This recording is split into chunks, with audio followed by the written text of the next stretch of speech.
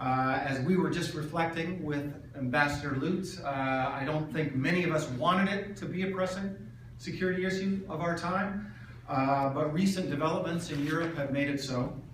And we could not ask for a more educated, talented, and informed person to speak to us than our current ambassador to NATO, Ambassador Lute, who was sworn in August of 2013 and serves as our current U.S. ambassador. And as a former ambassador, I can say it's especially hard to get sitting ambassadors to give public talks. It's really hard to get them to fly to the other side of the planet to do that. And we thank you for doing that. Prior to going to NATO, I worked with then General Lute, or actually, General Lute, you get to keep your title. He wasn't ambassador then, but from 2007 to 2013, he served both President Bush and President Obama, first as Assistant to the President on Deputy National Security Advisor for Iraq and Afghanistan, and then, I don't actually know the story, you can tell the story, but amazingly, he was the only person I know. Well, actually, there was one other guy, Secretary Gates.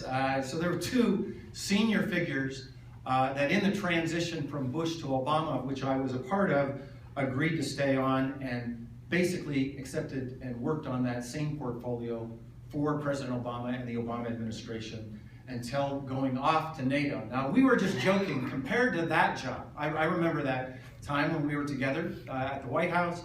I thought my job was hard, dealing with Russia.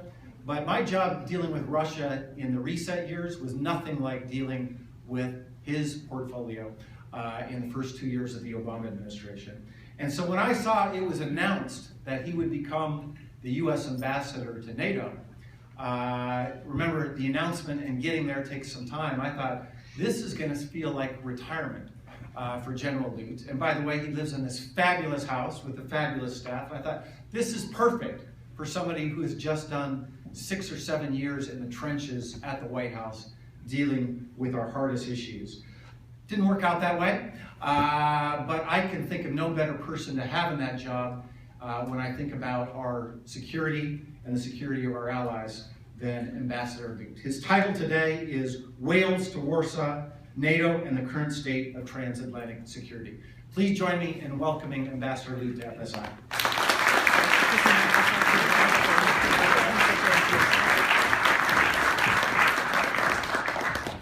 Mike, for that introduction, and it was a pleasure just to spend a few minutes with you just over the last hour, just kind of recollecting our thoughts after our mutual experience there in the White House, and then in a way following Mike's lead in escaping the White House and going to take an ambassadorship. It's a real pleasure to be here today. My wife actually took her PhD from Stanford, from the political science department, so we've got sort of family ties back here to the university. And while I don't have those academic ties here, I have a lot of friends and associates here, to include Mike, so it's a pleasure to get back. Now, he introduced my talk as Wales to Warsaw. You're probably wondering, what is that? What's the connection between Wales? And is this Wales like fish, or is this Wales like part of the United Kingdom? I'll get to all that. And by the end of this, your task is to understand what Wales to Warsaw means. But let me give you first a bit of a background in terms of where NATO is, because here at Stanford, NATO must seem a long way away. It's, after all, the North Atlantic Treaty Organization, so sort of the other side of this continent, and then beyond that, a continent further extending into Western Europe. So let me sort of unpack where NATO is today, how we see the new challenges in Europe, and what we're going to do about it. It's a real pleasure to be at NATO right now, because we just passed last week the 66th year anniversary of the founding of the North Atlantic Treaty Organization in April of 1949. So we're at the 66-year mark. But you know, for those 66 years, NATO has really served as the security foundation across both sides of the Atlantic. It's proven, I think, in that time to be the most adaptive, the most durable, and effective political military alliance in history. Now, you're left to judge that on your own, but from my perspective as a former military officer and now as an aspiring diplomat, I think that those are correct characterizations. Now, however, today, at the 66-year mark, NATO faces a new array of challenges. Challenges that are brand new, that are unfamiliar, and which are going to cause NATO to adapt to the new future. This was the basic thing. This new reality was the basic thing at Wales. So this is part of your quiz, which is where the United Kingdom hosted the last NATO Summit in early September of last year. So President Obama, his 27 NATO counterparts gathered at Wales, just not far from Cardiff, and met for 3 days to take on the question of assessing the new security challenges in Europe. And it is also the theme for our next summit, which will be held in Warsaw about 2 years after Wales. So the Wales to Warsaw theme is, what did we assess at Wales, and what will we deliver by Warsaw? And here in the middle of this year, we're about halfway between those two benchmark summits for the Alliance. So that's the sort of significance of Wales to Warsaw. But first, some history. If you look back at this 66 years of NATO history, I break it down into 3 historical phases. The first phase, many of us in the audience will appreciate, the first 40 years was the Cold War phase. So phase 1 is the Cold War. This was the raison d'etre. The original idea of NATO was to counter the bipolar struggle between the Soviet Union and the West. NATO was founded to do that in the wake of World War II. And this, of course, featured this standoff across the Iron Curtain, huge massed conventional forces in Western Europe. I mean, at that time, the United States Army had 300,000 troops in Germany confronting the Warsaw Pact on the other side of the Iron Curtain. Very massive forward defenses, ultimately buttressed by the mutually assured destruction deterrence threat of conventional or of strategic nuclear weapons. So that first 40 years was quite intact, it was quite consistent, but it came to a bit of a screeching halt when the wall fell in 1989. When the Berlin Wall fell, and then just 2 years later, the Soviet Union dissolved in 1991. And I argue that with those 2 benchmark events, NATO moved into a second phase of its long history. So phase 2, after the fall of the Berlin Wall, after the end of the Cold War, really featured NATO taking its show on the road. And by that I mean NATO looked beyond the core of Western Europe itself to its periphery and went on a period of nonstop operations that first featured in 1995, NATO intervention in Bosnia, a couple years later in 99 in Kosovo, nearby, again in the Balkans, and then most recently, in the wake of 9/11, its longest ever, largest ever combat operation, a long way from Western Europe, in Afghanistan. This, by the way, this operation in Afghanistan continues to this day. We can cover this in your questions if you're interested in Afghanistan. But this is a remarkable period of about 25 years, phase 2 in my language, where NATO was not so concerned with the original cause of NATO, the original or originating purpose of NATO, which was collective defense in Western Europe, but reached out beyond Western Europe to first the Balkans and then as far away as Afghanistan to promote stability by extending its reach outside of the core of Western Europe. During this 25-year period, phase 2, a couple other very important political moves took place. First of all, NATO enlarged. It increased its membership from 16 at the time of the wall falling to now 28. So we added 12 European members. And these are now well known, the Baltic states down across the eastern flank of NATO, Poland, Bulgaria, Romania, Balkan states, and so forth. So NATO went through a historic expansion of its membership from 16 to 28. And what is little known is in that same 25-year period, NATO extended itself by way of operational partnerships. So not members, but partners with 40 other countries. So in a sense, in phase 2, NATO expanded from 16 to 28 allies, members, but also reached out to 40 other countries, many of whom joined NATO in operations in the Balkans and Afghanistan. So NATO really extended its reach during this 25-year period. All that, arguably, may be coming to a close right now. My argument is that phase 2, we're on the cusp of a change in NATO, and we may be on the cusp of NATO phase 3, or NATO, here we are in Silicon Valley, 3.0, right? NATO 3.0, which features, in a way, a return to the basics. And why do I say that? And why did the leaders at Wales, just 8 or 9 months ago, conclude that we were in fact at a phase line? We're at an inflection point, and that the future promised to look different than the last 25 years. So a number of things came together. Let me just tick through these factors. First of all, the operational phase was arguably coming to a close in any event. Our most prominent operation in that 25-year phase 2 in Afghanistan was coming to a close in December of last year, December of 14. So 2014 was going to mark the move away from the high water mark of operational activity for NATO, even before Russia's aggression into Crimea and eastern Ukraine. So that was already on the books. And today, in fact, we have moved in Afghanistan from a peak troop activity with 140,000 NATO troops to about 1/10 of that.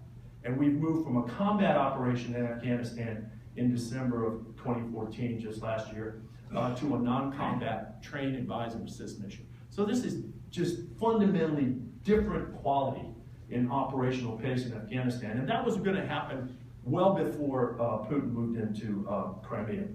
Probably the more important factor, though, that makes the case that we're moving into a new phase is what I refer to as the arc of instability on NATO's immediate periphery, in NATO's backyard. Let me just trace this for you, and if you picture Western Europe in your mind's eye, just follow me geographically. So first to the east, the most prominent challenge has been the instability sparked by Putin's illegal annexation of Crimea, and since then, now about a year on, his promoting of instability in the Donbass in southeastern Ukraine. This represents the most severe security challenge in Western Europe since World War II, I would argue. And it represents, I think, a move by Russia to tear up the rule book on which post-World War II stability has been based. This rule book includes, by just quick count, most prominent count, the UN Charter, the Helsinki Accords, the NATO-Russia Founding Act, and the Budapest Agreement. All of these were torn up when Putin moved and seized the territory of another nation state by force. Now, that's not the only challenge on NATO's periphery, but that's the challenge to the east. To the southeast, if you consider the geography of NATO, in the NATO southeast, Turkey is the cornerstone state. And just across the border, Turkey's southern border, a 1,300-kilometer, 1,000-mile border, Turkey borders, and therefore NATO borders, what's happening with ISIS in Syria and northern Iraq. So ISIS is a neighborhood problem, a periphery problem for NATO itself. And we can talk about that. But if that weren't enough, you can continue this arc to the south, and due south of NATO, across the Mediterranean from our southern allies, is the crumbling state of Libya.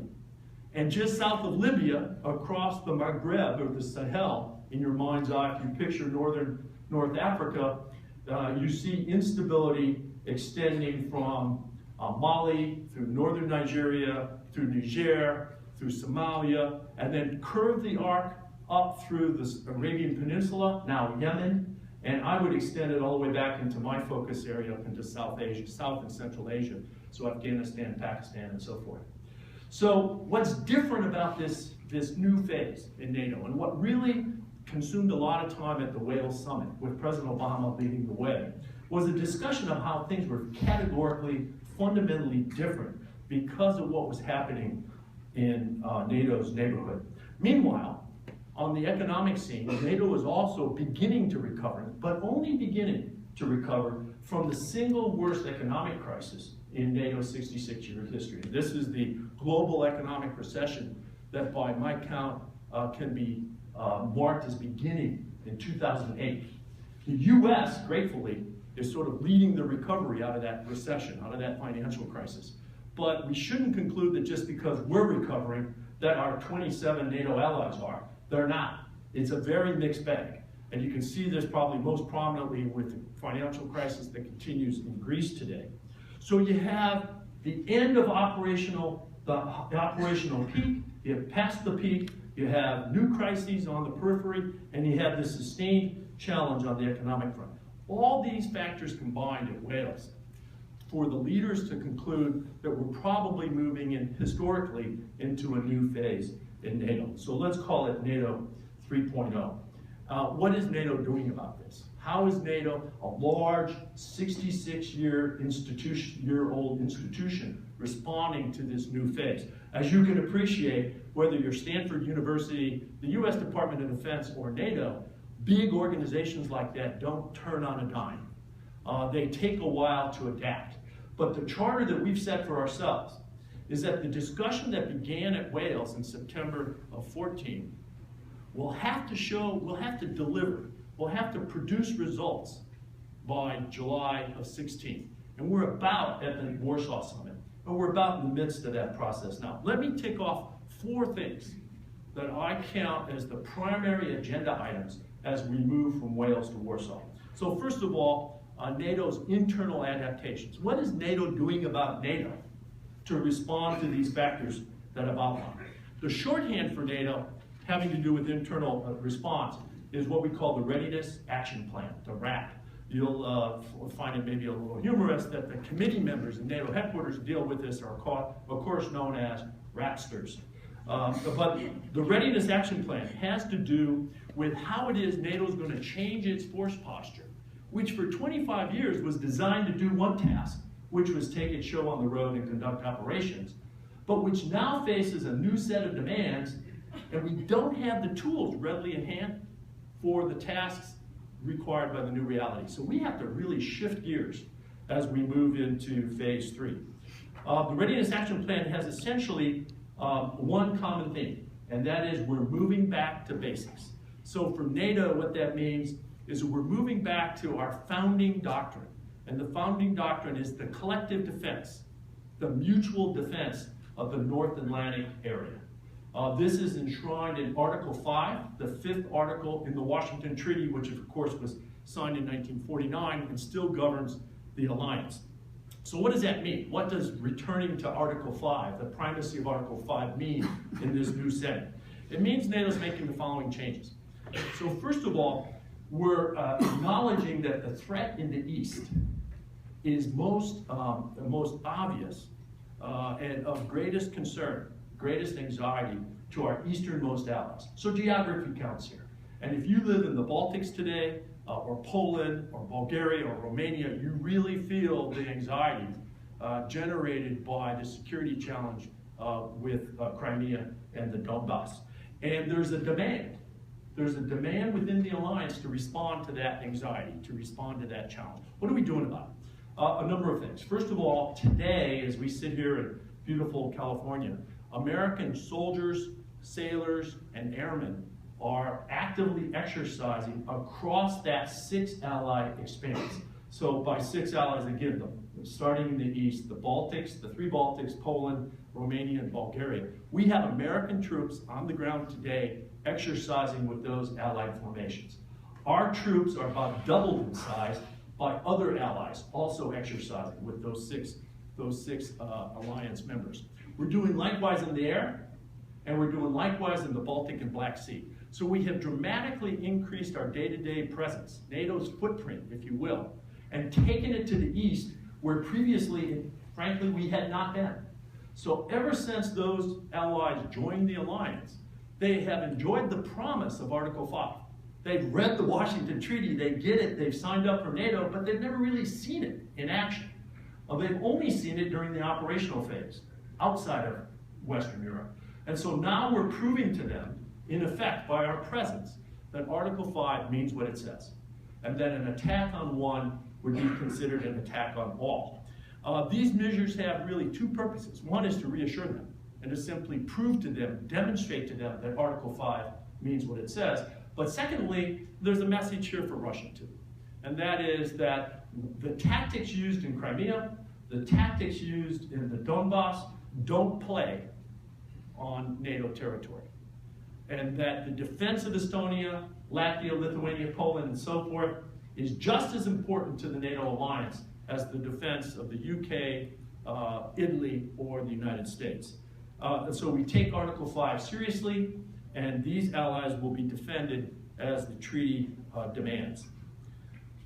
This has all been funded by a $1 billion appropriation from the US Congress that allows the operational and maintenance costs to be attended to, and allows us to do back-to-back training, air, sea, and ground, across those 6 allies. So this is perhaps, if you were an Estonian today or a Pole today, this is probably the most obvious demonstration that things are different.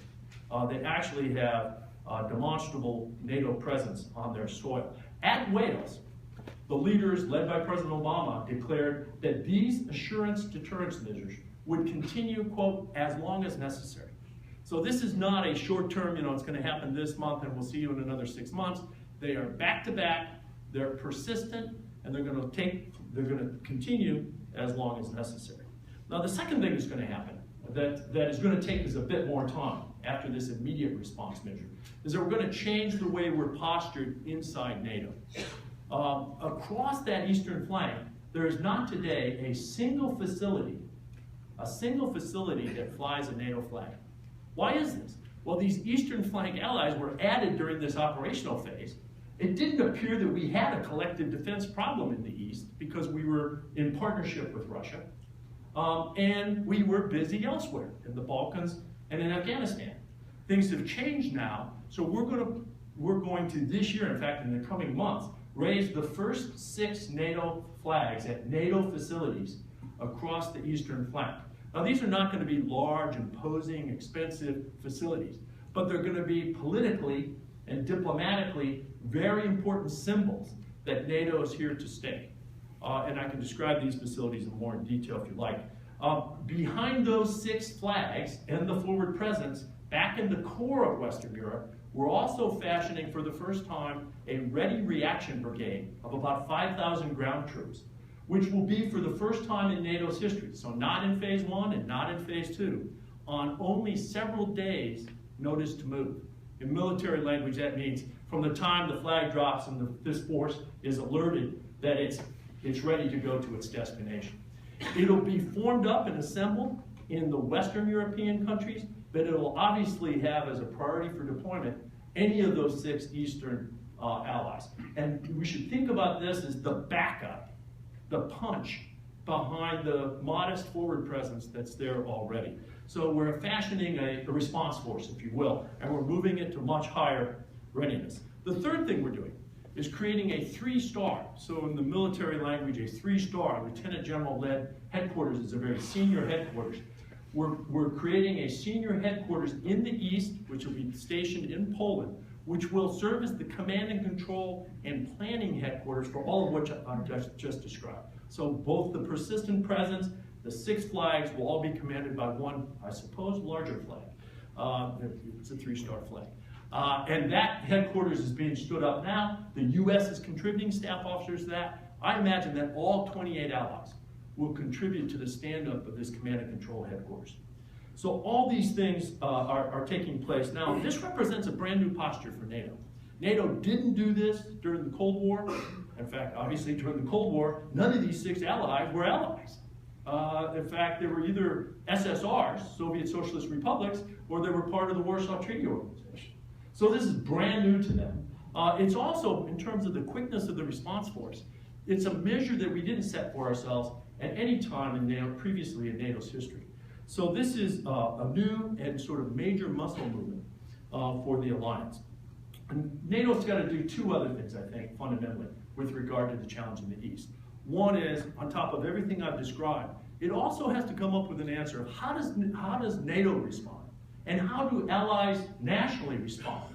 If this notion of unconventional warfare or unconventional attack, hybrid warfare is the name that NATO gives it, which we've seen play out in Crimea and now the Donbass. What if that form of attack comes to NATO territory? And obviously, if that's the case, and this is a case where unconventional forces, information campaign, cyber campaign is all blended together in a hybrid way, and it's designed to be ambiguous, it's designed to be difficult to attribute to the sponsor, that is to Russia. What if that were tried on NATO territory? Well, you can make a case that the brigade I described, this rapid reaction brigade, is not the most obvious way to respond to that kind of assault, that kind of attack. And NATO, frankly, has work to do. As I stand here today, I can't tell you that we've got the answer to this.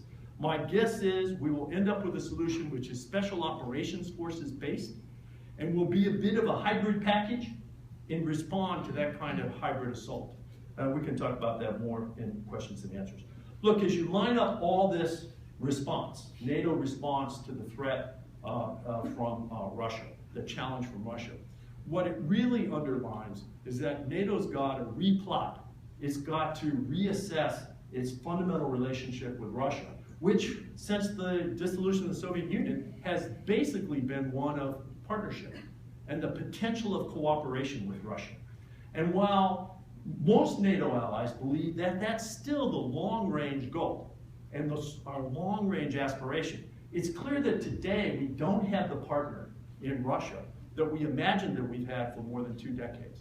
We have to fundamentally recharacterize and redefine NATO's relationship with Russia. NATO does not wish to be an enemy or an opponent to Russia, but Russia must understand NATO will defend itself. The United States and the other 27 allies will do what the Washington Treaty demands, which is treat an attack on one as an attack on all. And Russia's got to understand that, and it should understand well that NATO will take the adaptation steps necessary to get there and be able to respond effectively.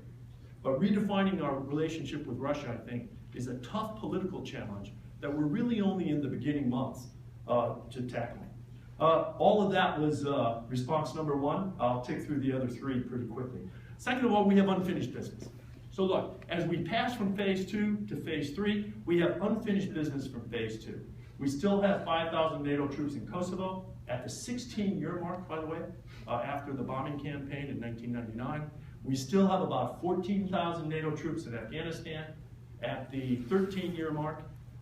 And this business needs to continue. We need to conclude and bring to a responsible close those ongoing operations, those sort of residual operations from phase 2. And the reason for that is that NATO's credibility is aligned with how we come out of these missions.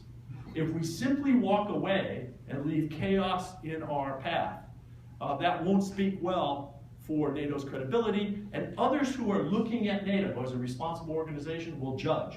And they'll judge in part our credibility and our ability to do what we say we will do by how we end up in Kosovo and Afghanistan. So that's unfinished business. And that work has got to be delivered as well by the Warsaw Summit.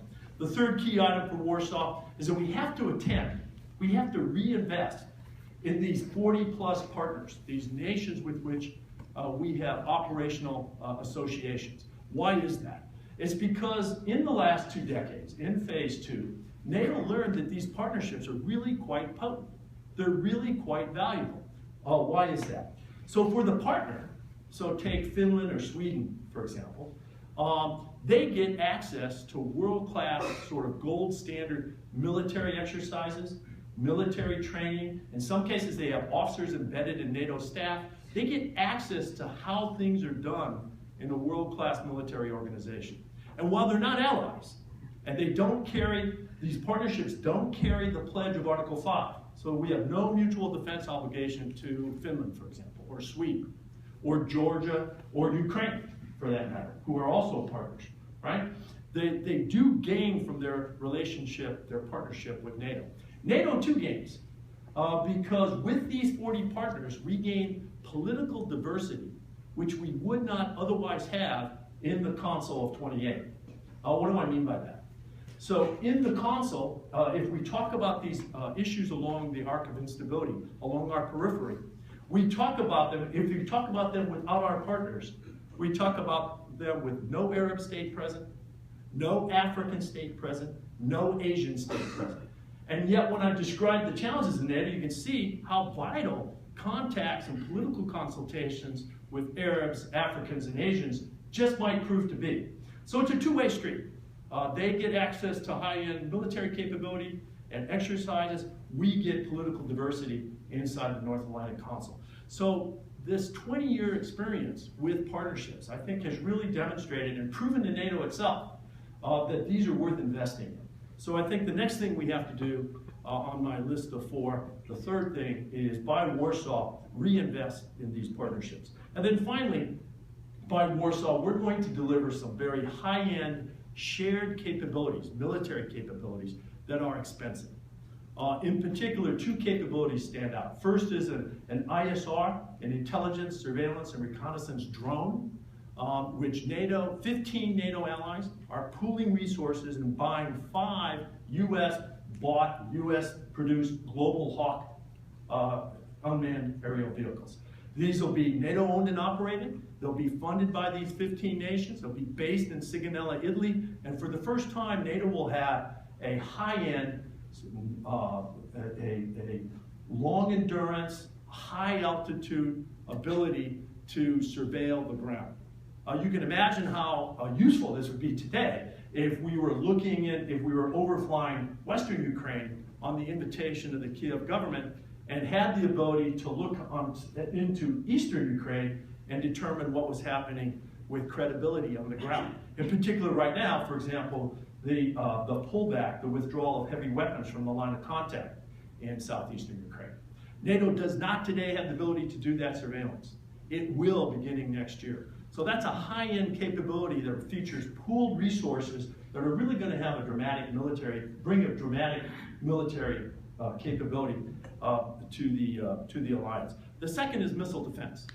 So next year, we will, with the stand-up of a ground-based system in Romania, which gets added to radars in Turkey, and 4 US missile defense destroyers home-based in Spain.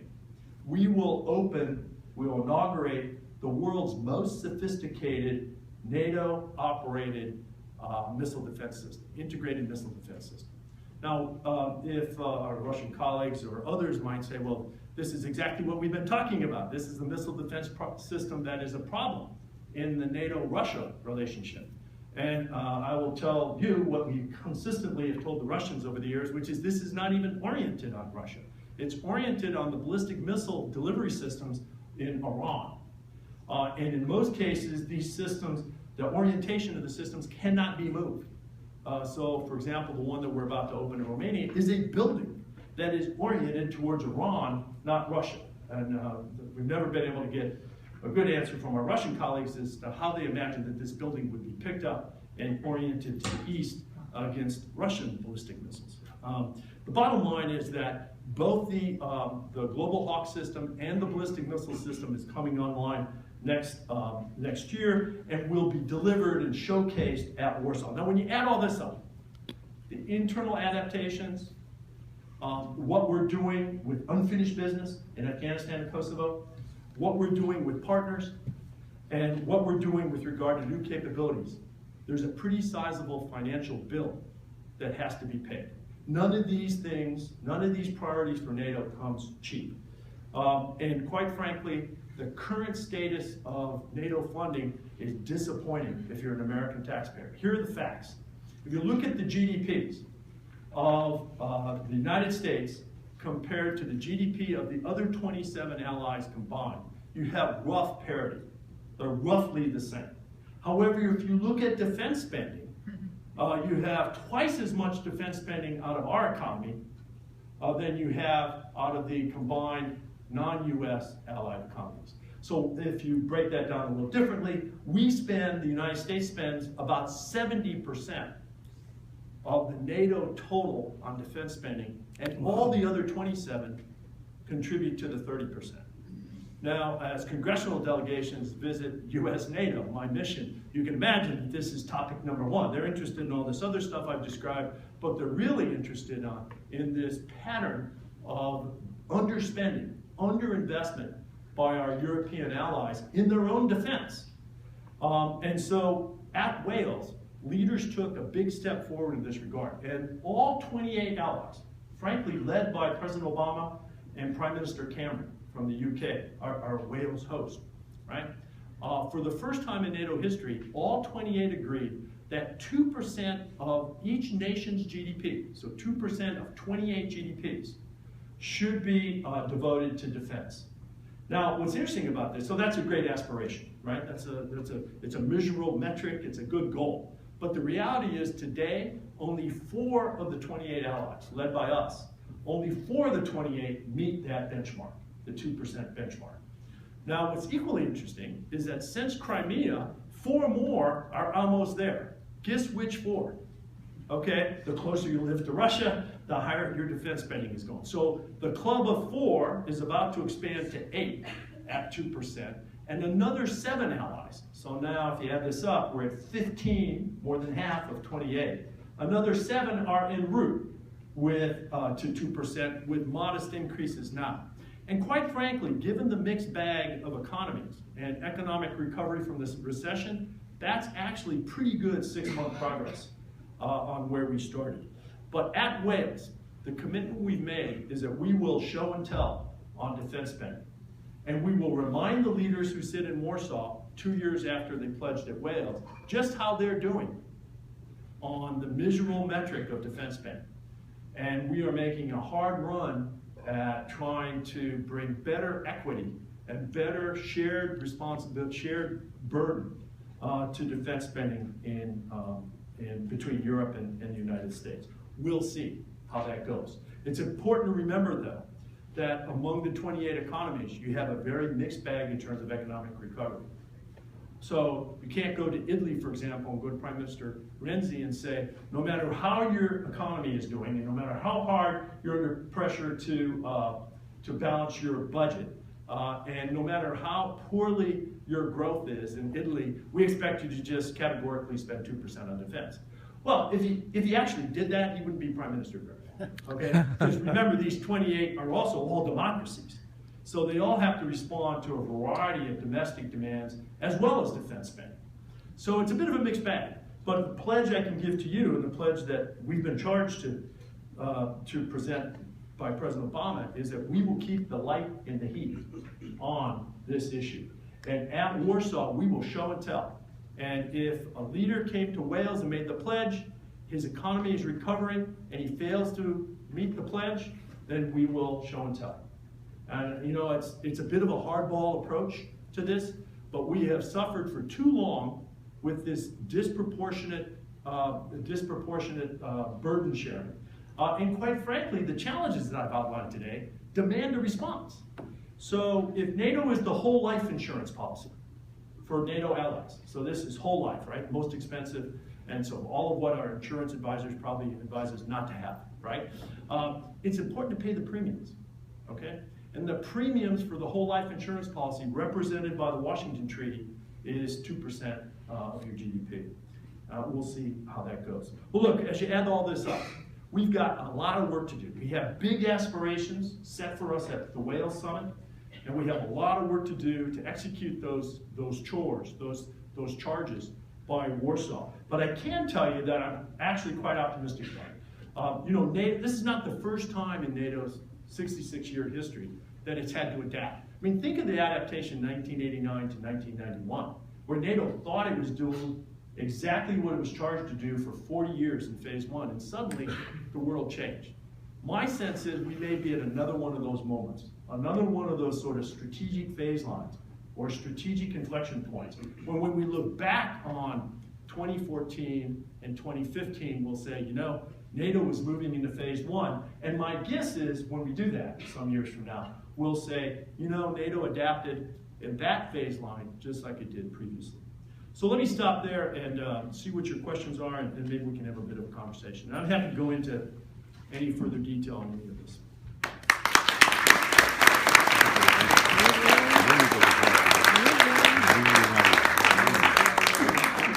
You just take your own questions. Great. You point them out, and our microphone monitors will grab them. Okay, so let's follow a little bit of pattern. We'll just kind of go from my left to right, and I'll scatter around. So, And if you could introduce yourselves so that the ambassador knows who the question is from, that'd be great. So let's start over here, please, with the microphone. This will help the people who manage the mics. not too soon. I'm Bill Fisher. I was in the military, and I'm bothered by the idea that they should have to spend so much money. It's easy to measure how much money is spent, but it's a lot harder to measure how effective it is. So is NATO or the NATO nations buying the less expensive, but apparently equally useful weapon systems made by South Korea or Brazil, like the F-80-50 aircraft? So you're right. The easiest measure NATO might have adopted here in terms of investment is simple spending figures. But what's really meaningful is what you get for that money. And here, first of all, it's much harder to measure effectiveness or output than it is input. But NATO actually has a set of 11 output or quality effectiveness measures that it also judges each of the 28 allies by. And I will tell you that if you look, and this is a classified assessment, so I won't share the details with you, but if you look at these 11 metrics, right, what's clear is we're not getting full bang for the buck. There's a lot of duplication, there's a lot of ingrained inefficiencies, and some of this has to do simply with the national prerogatives, the sovereign prerogatives of having fighter aircraft or tank fleets and so forth, as opposed to the alliance approach, which maybe would be more efficient, where we would pool resources but share capabilities. Now, we have some examples where we've been successful. I mean, NATO's bought a small fleet of C-17 cargo aircraft available to all. I've mentioned missile defense and the Alliance ground surveillance system as other examples.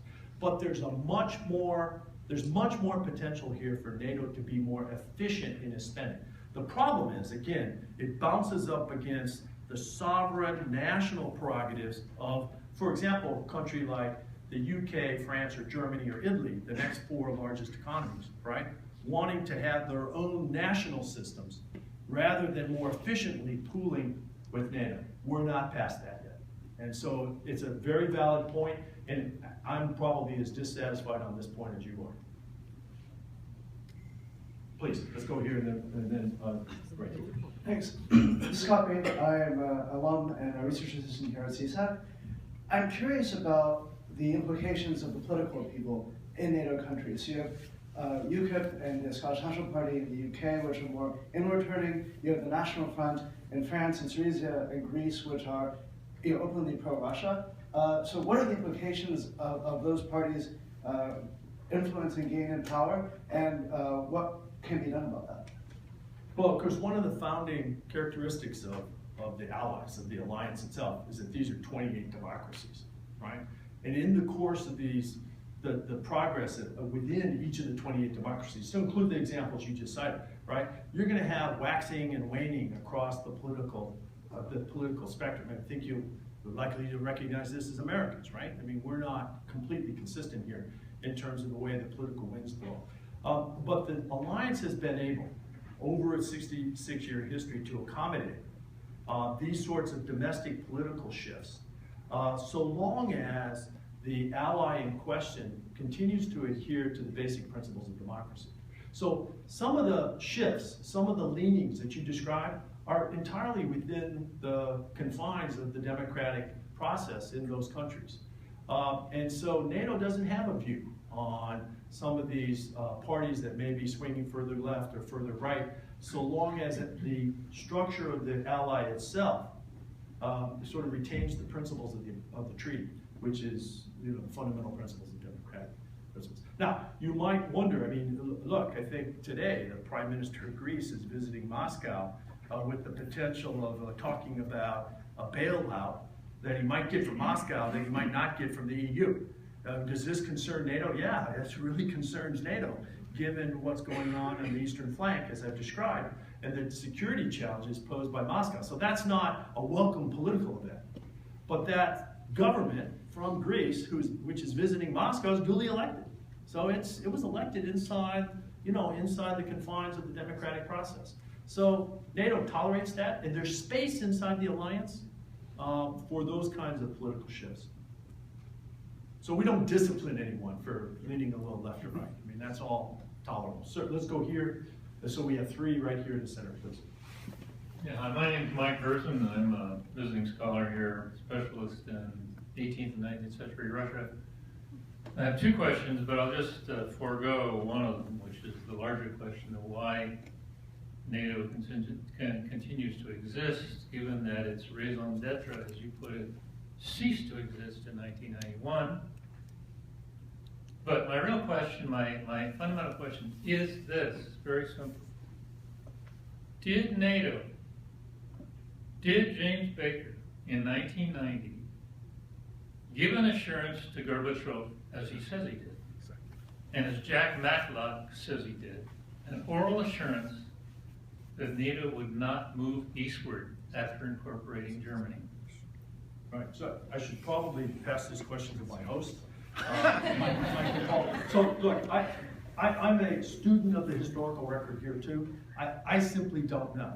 What I do know is that in the years of NATO enlargement, so from the move from 16, when the wall fell in 1989, to today's 28, you saw progressively a movement to the east. So Putin's correct here. I mean, the geography doesn't lie. And you see across, so for example, the 8 nations that made up the Warsaw Treaty Organization, 7 of the 8 now sit at the table with me. Okay, so 7 of the 8 Warsaw Treaty nations sit at the table. If you look at the 15 SSRs, Soviet Socialist Republics, right, that made up the USSR, 3 of those 15 sit at the table. The 3 Baltics sit at the table. So there's no denying that NATO enlargement has followed this geographic sort of progression to the east. I don't have any historical or personal insight into what was promised or what was said. But what I do know is that as a result of that move to the east, with the addition of those 12 allies, 100 million Europeans are today under the NATO umbrella, which we're not. And moving under the NATO umbrella has had a very positive impact on their political development and their development and adoption of democratic principles and their economic integration into the West as well. So it's a 3-legged stool. The security integration by way of NATO, the economic and political integration goes side by side. So, sorry, I wish I were there. It would have been those would have been fascinating conversations. I don't think, Mike, were you there at the time? I was not. If he is, he's not talking. Okay.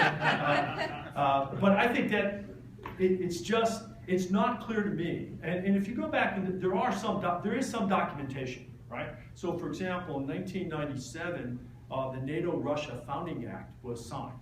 So here you have the NATO allies signing with Russia an agreement about how we would manage our relationships. And it was really quite forward-leaning. I mean, there's a format called the NATO-Russia Council, which is the only format of its kind, which allows the alliance to meet at 28 and Russia to join as a +1. And this has been in place now for more than a decade. And it's curious that if, in fact, those were the sort of dark hallway, smoky room conversations, that this never got played out in the crafting of the NATO-Russia Founding Act, which is a public document, and has never been played out in the NATO-Russia Council either. So there's some counterfactuals there too. And I simply don't know the truth. But I've seen the report. So let's go here, please, and then here. Thank you, Ambassador, for coming. My name is Angelica. I was wondering if you can speak on what you had mentioned around the hybrid warfare. One of the outcomes from the Wales Summit was NATO taking the bold step to link cyber defense with collective defense, and in addition, making the position that international law does apply to cyberspace. And so, what is your position in terms of the work that's being done in cyber defense? And what will be a potential outcome moving forward to the Warsaw Summit? Thank you. So you've done your homework here. It's a good question. So at Wales, this is a little known fact, but at Wales, the leaders agreed, so President Obama and his 27 colleagues agreed, that a cyber attack on a NATO ally could rise to the level of Article 5, which means requiring a mutual defense response. How will they judge whether it's Article 5 or not Article 5? They'll judge based on the impact, the effects, the physical effects of the cyber attack. They did not go much further in terms of defining NATO's response. to an Article 5-like cyber attack. And that goes with the longstanding NATO sort of process or technique that a little constructive ambiguity about how NATO might respond to a certain situation is actually helpful and could promote deterrence.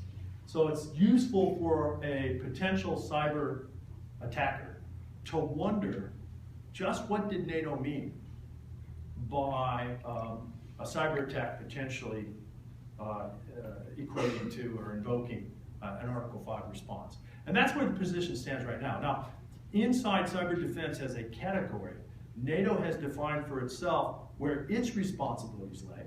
And NATO owns command and control structures. So NATO has headquarters, NATO has communications and computers. We have to defend it. We have a responsibility to defend the NATO-owned backbone or infrastructure, cyber infrastructure.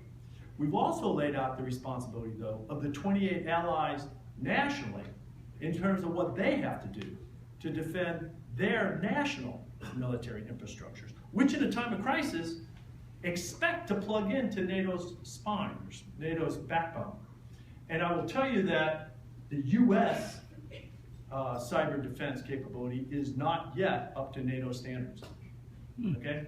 And there are a few allies who are. So we've set our own responsibilities, we've set standards for others, and basically the nations at 28 have a significant amount of cyber defense work in front of them. And of course, this is very important because we can be perfectly secure with what we own and operate. But if you can't plug, say, the US Strategic Command network into the NATO command and control structure in the course of a crisis, because you're concerned that STRATCOM will infect the NATO spine, then you really don't have the potential to operate as an alliance. So we have a lot of work to do here. And standardization and interoperability in the cyber world is an open task. So it's a good job field. In fact, my wife works on this. Paid family announcement. Thank you. I'm Michael May here at Stanford and MSI. And for my life, I was director of the Lawrence Livermore Laboratory. My question won't surprise you in that line. Thank you for a really excellent and realistic talk, Mr. Ambassador. A year or so ago, I think it was, President Putin made an overt nuclear threat, as you recall, something we haven't seen since Nikita Khrushchev.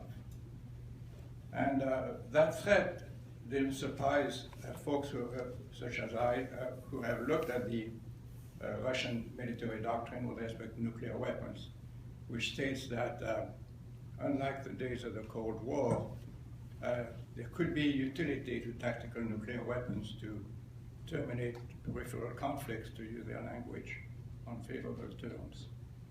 Now that raises all kinds of questions as to what system they would use, what target, if any, you might have had in mind, if any. My question is this.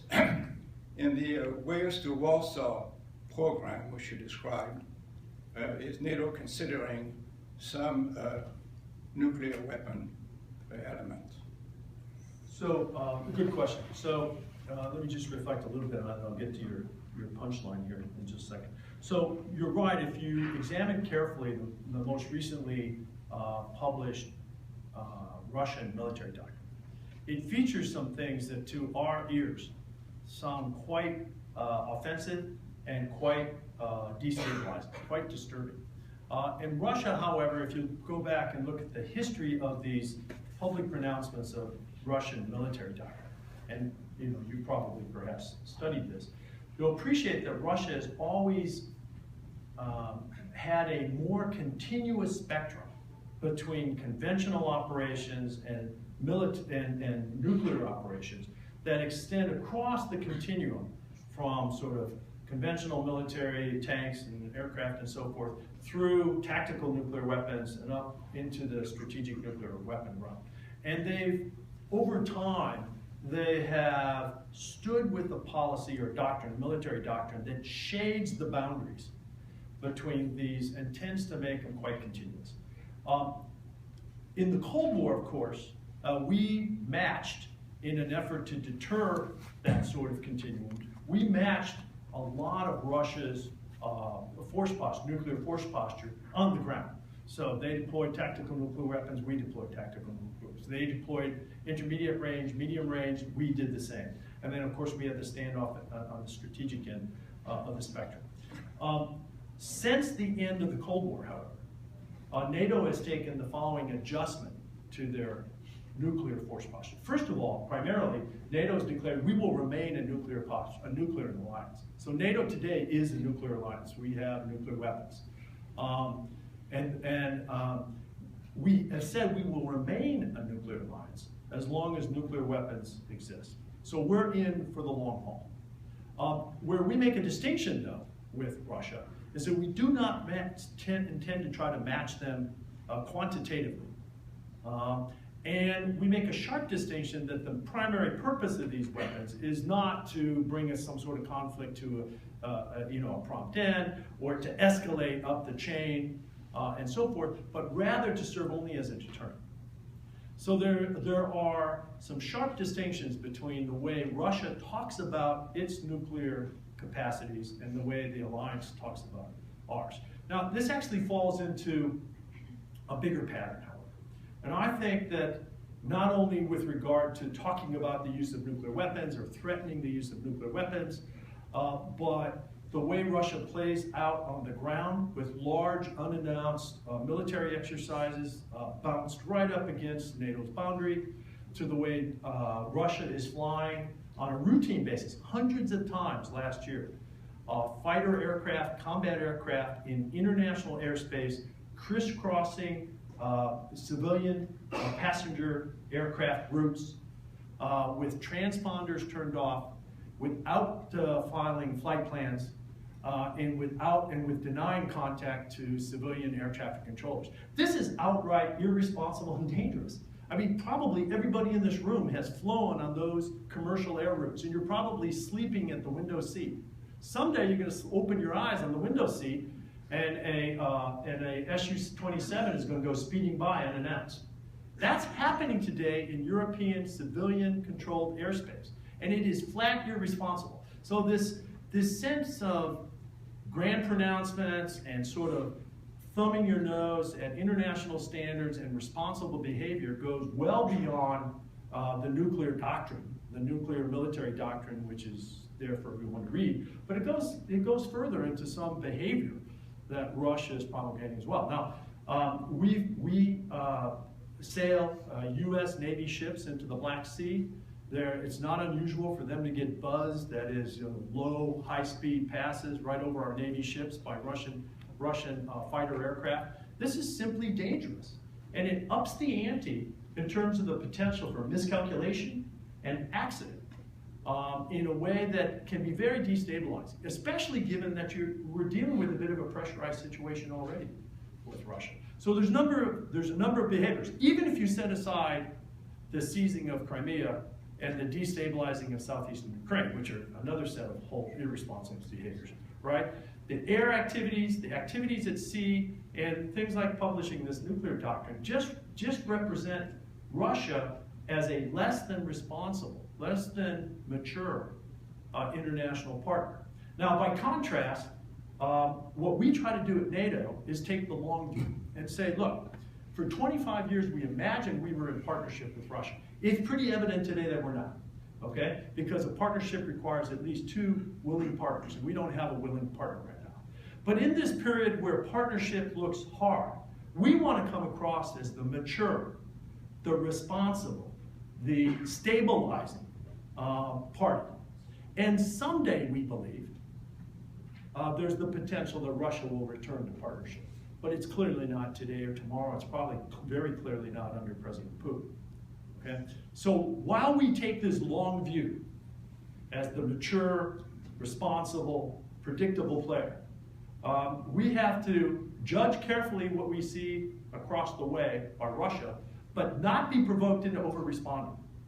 And on every case of irresponsible behavior, destabilizing behavior, we got to call them out.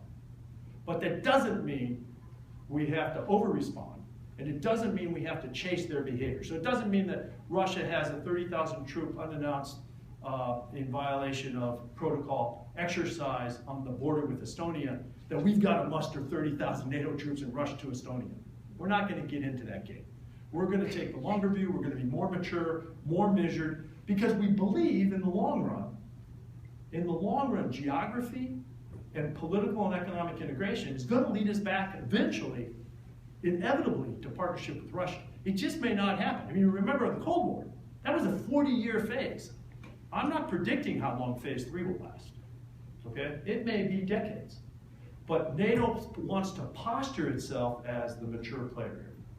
That's not always easy. I mean, this is not a conversation I have readily with my Polish colleague, for example. You know, he's looking for a more robust, rapid response, permanent station combat forces and so forth. We're trying to take a deep breath and be responsible. But there's a long answer to your question about nuclear doctrine, which is disturbing. If you read it, if you read this document, it's open to the public eye, right? It's not very stabilized. It's destabilizing, if nothing else, and disturbing. Okay, I think do we have another one here in the center? If not, let's go over to the right, please. All the way on the right. There we go, that's fine. And then if we can move the next mic over here to this side. Thank you, Ambassador Lute. My name is Scott Kilmer. I'm a recently retired State Department Foreign Service officer who spent a good deal of his career in Turkey.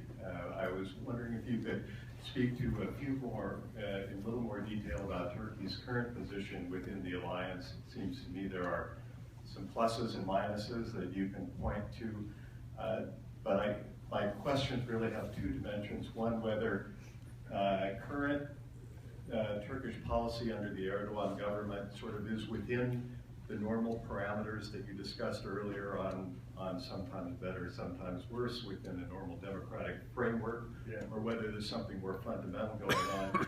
The other dimension is there any discussion of possible invocation of Article 5 in scenarios related to Turkey's southern border, Syria, and the like? So I'll try to take those in reverse order. So no hint yet that Turkey might come to the Council and invoke or have a discussion about Article 5. And this would be most likely an Article 5 oriented south from Turkey's perspective with regard to ISIS and that and so forth. Of course, the fight against ISIS and the destabilization that the rise of ISIS has created is largely right now, from Turkey's perspective, in Syria and Iraq, and isn't encroaching on sort of the territorial integrity of Turkey. There'd be some allies who would argue that Turkey could do more as a responsible ally with regard to impeding the flow of European extremists or want-to-be jihadis across the Turkey border and into those fights in Syria and Iraq. And something like 80% of the several thousand European citizens who are making their way to join ISIS go through Turkish airports on a one-way ticket with no baggage.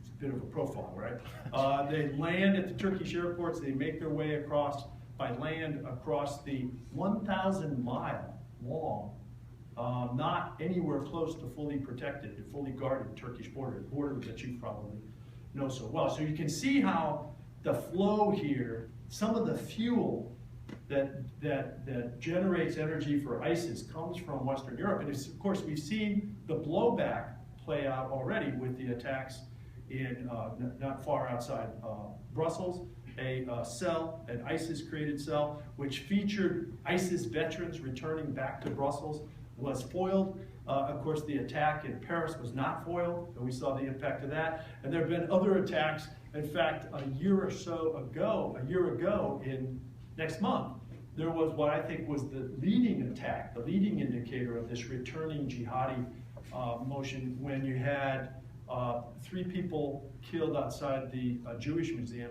in Brussels, about 2 miles from NATO headquarters. And the perpetrator of that attack was a returning ISIS veteran.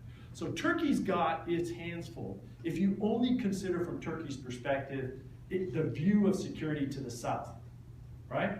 Of course, Turkey also doesn't have the luxury of looking only to the south. It's a Black Sea state, and therefore it's a state bordering Russia by way of its boundary in the Black Sea.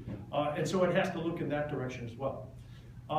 So Turkey is maybe among the 28, the one that is most severely challenged now in terms of having to do multiple things and look in multiple directions at the same time. So it is security challenge, but there's no hint yet of Article 5. Now, President Erdogan, look, I made the point earlier that one of the things that glues together the alliance is the set of democratic values that are laid out in the Washington Treaty and which all 28 allies must adhere to. This is off the record, not for retribution or something. So if you ask me which of the allies... This gentleman's filming the whole thing, yeah, so... Just go, take a break.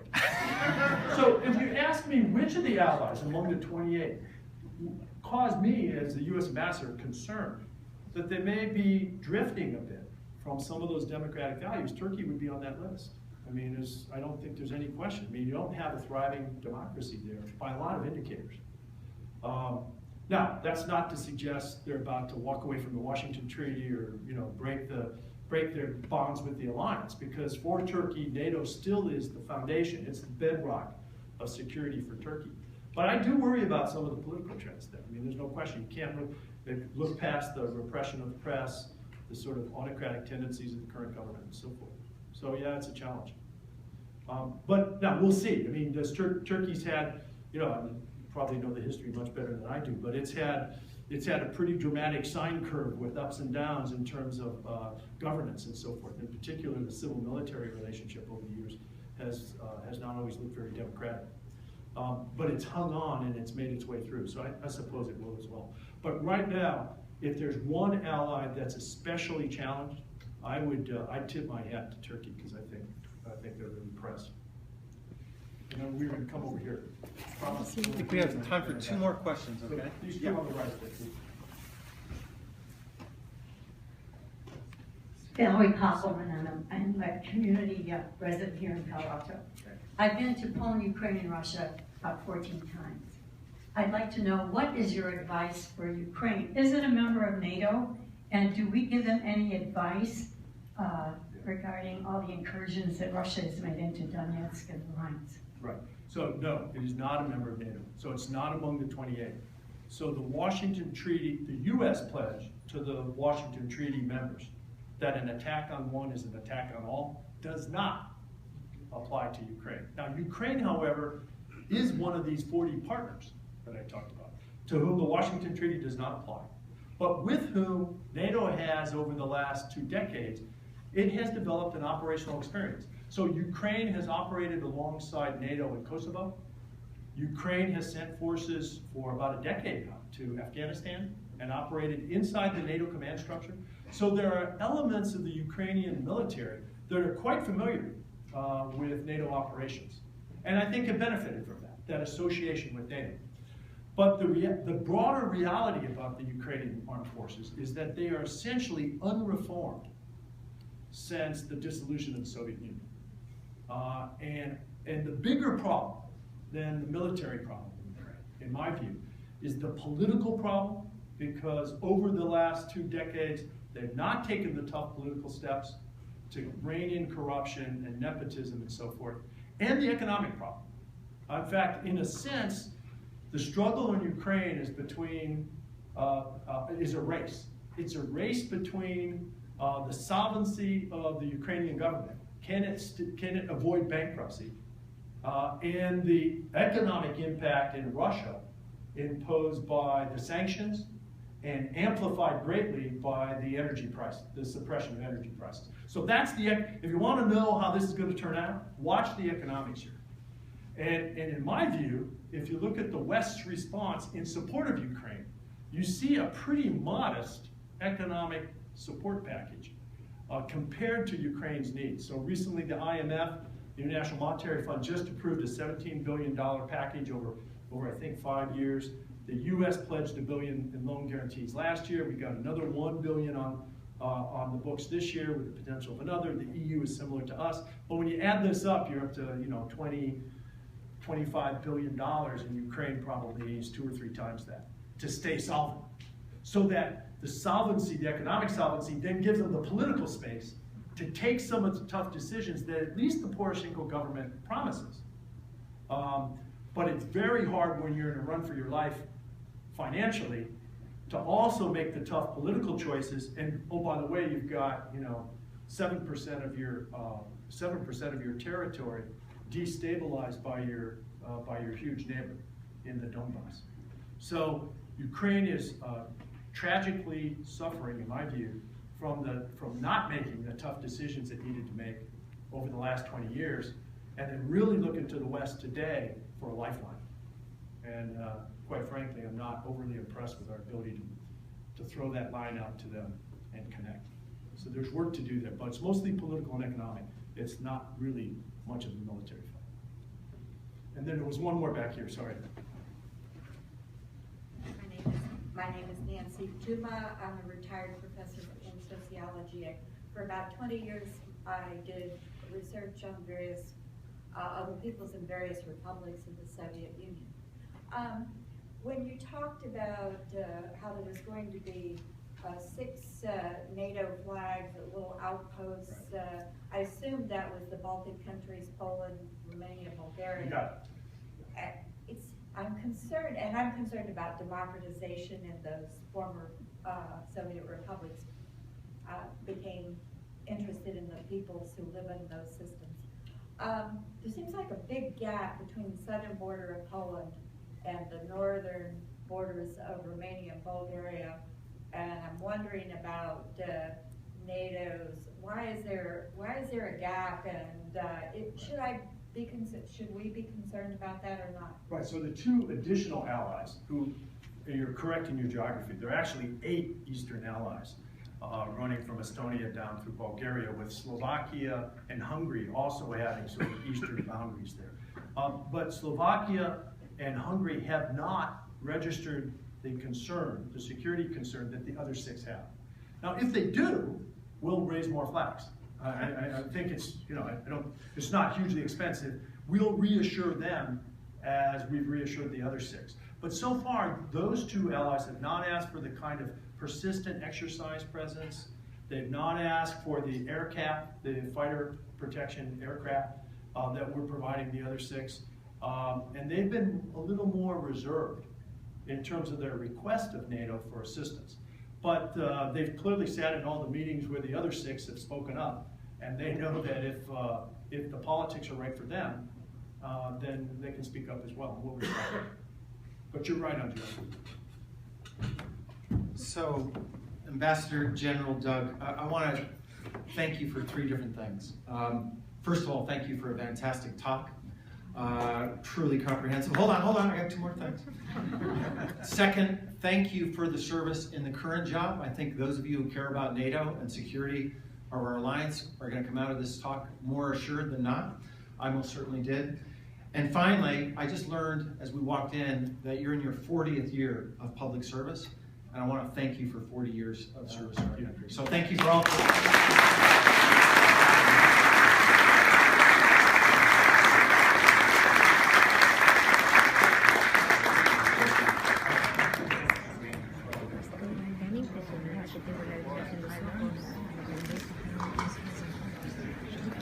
It's